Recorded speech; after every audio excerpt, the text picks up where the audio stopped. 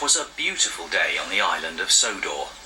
Thomas and Percy were enjoying a ride in the country, but as they chuffed around a corner, they saw black smoke in the sky. They raced to find out what was the matter.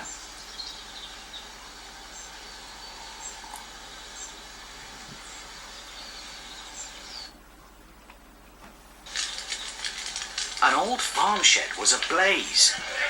"We must put out this fire," said Sir Topham Hatt. But the fire rose higher, and the engines were running low on water.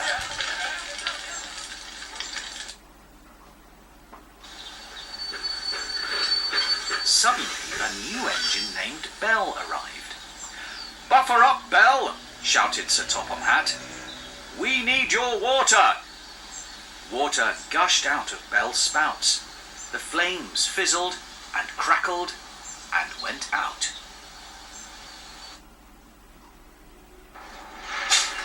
Bell was nearly out of water, so Thomas and Percy had to help her to the steamworks. "I've never seen a blue fire engine before," Kevin said. "That's because I'm not a real fire engine," Bell peeped. "You need Flynn the fire engine." Sir Topham Hatt agreed. "Flynn will be our real fire engine."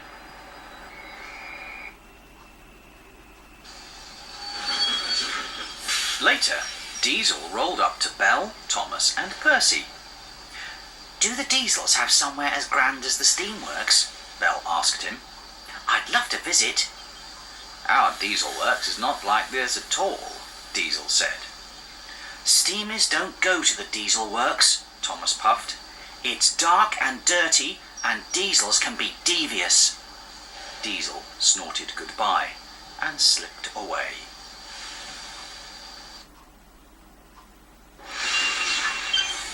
The next day, Thomas took Bell on a tour of Sodor. Percy wondered why he hadn't been invited. Suddenly, Diesel slid up next to him. "Thomas is very busy with that new blue engine," Diesel hissed. Percy's firebox fizzled. "I guess he is."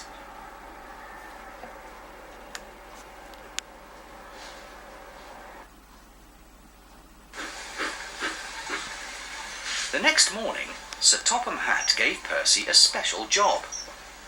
"Flynn the fire engine will arrive soon. This is his hose. Please deliver it safely to the Sodor Search and Rescue Centre."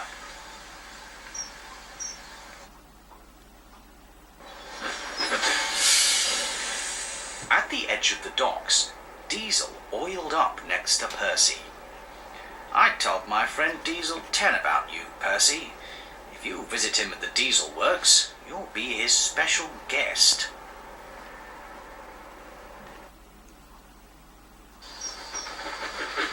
Percy wasn't sure if he should go to the Diesel works. Thomas always said steamers shouldn't puff there, but Thomas didn't seem to care what Percy did these days. Percy wanted friends who had time for him. So, wheel turn by wheel turn, he puffed to the Diesel works. It glowed a fiery red in the distance. His axles tingled.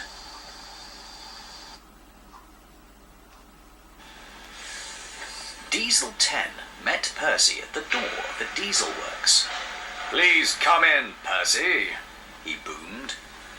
The Diesel works was greasy and grimy and filled with clanking furnaces. Percy wanted the Diesels to like him, so he told a joke. All the Diesels laughed.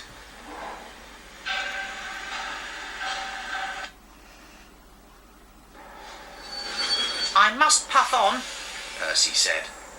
"I have to deliver the new fire engine's hose to the Sodor Search and Rescue Centre." "Dan and Dart can do that for you," Diesel 10 hissed. "Thank you," said Percy. "I can ask Thomas to tell Sir Topham Hatt that you need a new Diesel works. He always listens to Thomas."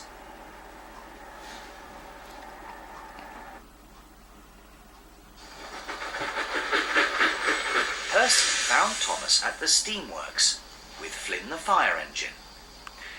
before Percy could tell Thomas about the diesel works, Thomas chugged off to show Flynn around Sodor.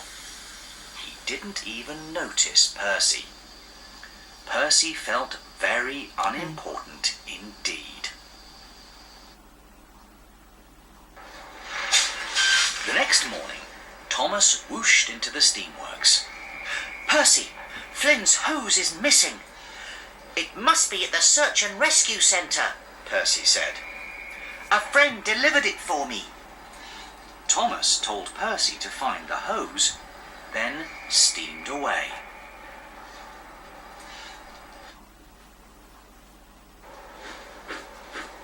Percy searched until night time, but he didn't find the hose. Then he saw something that made his boiler bubble. Flynn was in his berth at Tidmouth Sheds.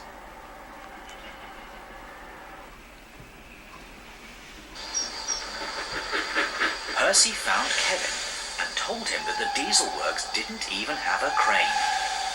If you went there, you'd be a hero, Percy puffed.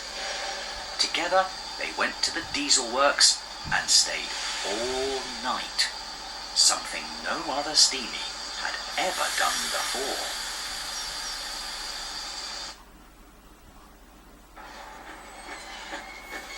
The next morning, Percy told the steamies where he had been all night. Everyone was amazed, but Victor was angry that Kevin was still at the diesel works. "I need Kevin here," Victor raged, then rattled off to tell Sir Topham Hatt.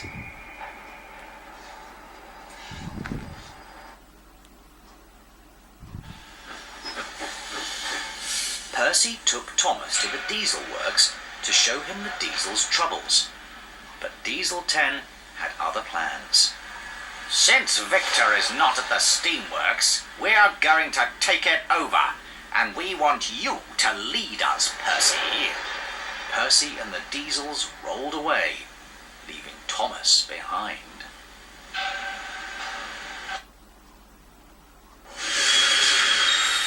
But when they reached the steamworks, nobody listened to Percy. "Out of my way, you silly steamy," Diesel 10 roared.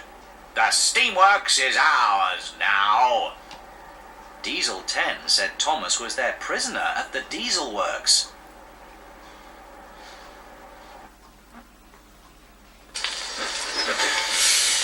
Percy knew he'd made a terrible mistake. He raced to the diesel works and screeched to a stop. Sparks flew up from his wheels and fell on a pile of oily paper. The paper burst into flame and spread across the diesel works.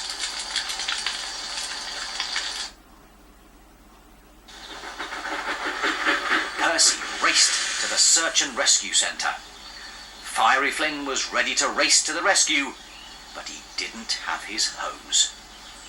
Of course, Den and Dart didn't deliver the hose, Percy wheezed. It must still be at the diesel works. They steamed away.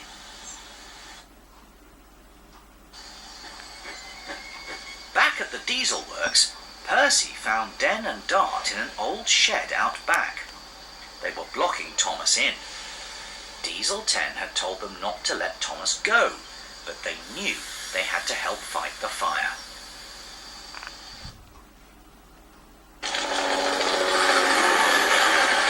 Den and Dart released Thomas. Then Dart showed Percy where they'd hidden Flynn's hose. Flynn used it to pump water into the fire. The flames hissed and fizzled out. Now it was time to save the steamworks.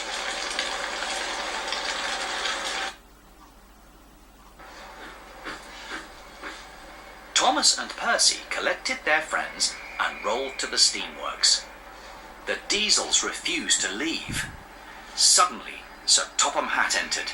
He was very cross. "Diesel 10, he said sternly. "Because of you, none of my engines has been really useful."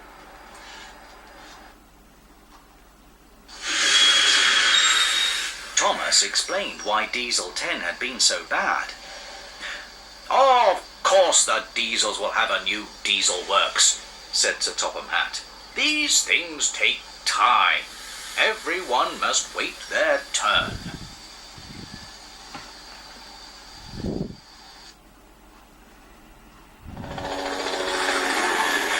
The Diesels and the Steamies worked together to build the new diesel works. At last, everyone came together for the grand opening. I'm proud of you all, said Sir Topham Hatt. Percy said he was proudest when he was with Thomas. That's exactly how I feel when I'm with you, Thomas peeped. The end. Want to have more fun with Thomas and Friends? Look for all new adventures on